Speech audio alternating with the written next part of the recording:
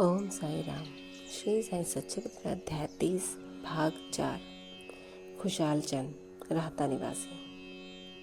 ऐसा कहते हैं कि प्रातः बेला में जो स्वप्न आता है वो बहुधा जागृतावस्था में नित्य सत्य निकलता है।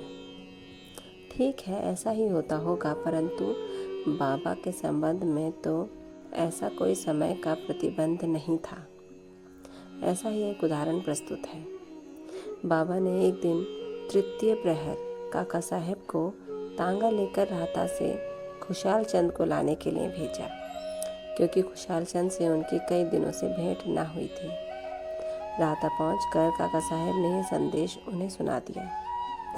यह संदेश सुनकर उन्हें महान आश्चर्य हुआ और वे कहने लगे कि दोपहर को भोजन के उपरांत थोड़ी देर मुझे झपकी आ गई थी।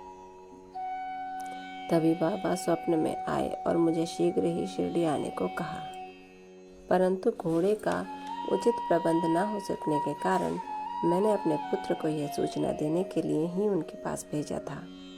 जब वो गांव की सीमा तक ही पहुंचा था, तभी आप सामने से आते दिखाई दिए।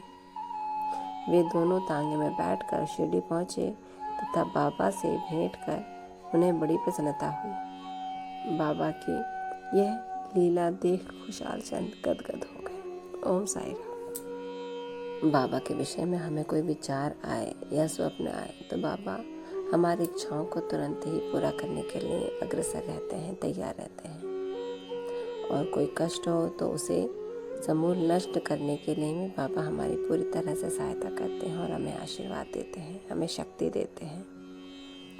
इसी के साथ ये अंश यहीं समाप्त हुआ। कल अगला अंश 5 में बम्बई के रामलाल पंजाबी पर अध्ययन होगा। तब तक ओम साई राम।